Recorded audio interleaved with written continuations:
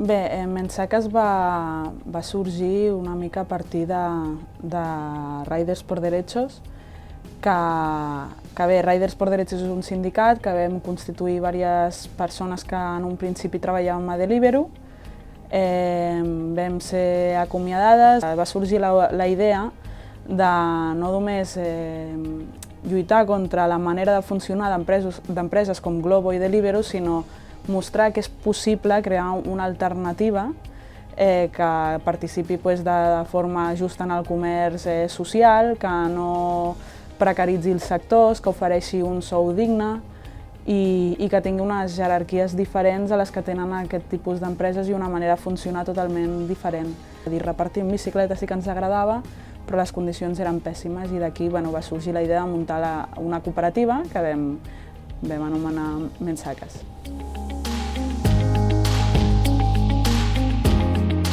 Tots els nostres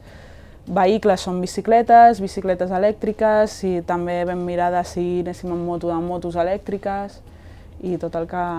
contamini menys possible.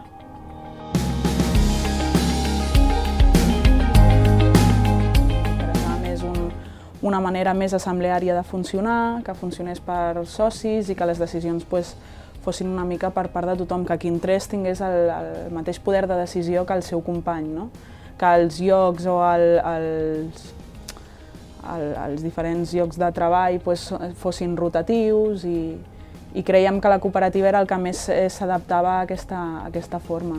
de funcionar. Ens diferenciem d'empreses com Deliveroo i Glovo principalment perquè la rendibilitat la traiem de la missatgeria i aquestes empreses a Hisenda estan donades d'alta com a explotació de recursos informàtics. No evadir impostos, és a dir, no tenir treballadors en condició de falsos autònoms, garantir un sou digne i col·laborar amb empreses que segueixin la nostra línia, com per exemple altres cooperatives i altres llocs que també siguin responsables amb el que és l'economia social, no altres empreses potser grans i amb una manera de funcionar que no va amb nosaltres.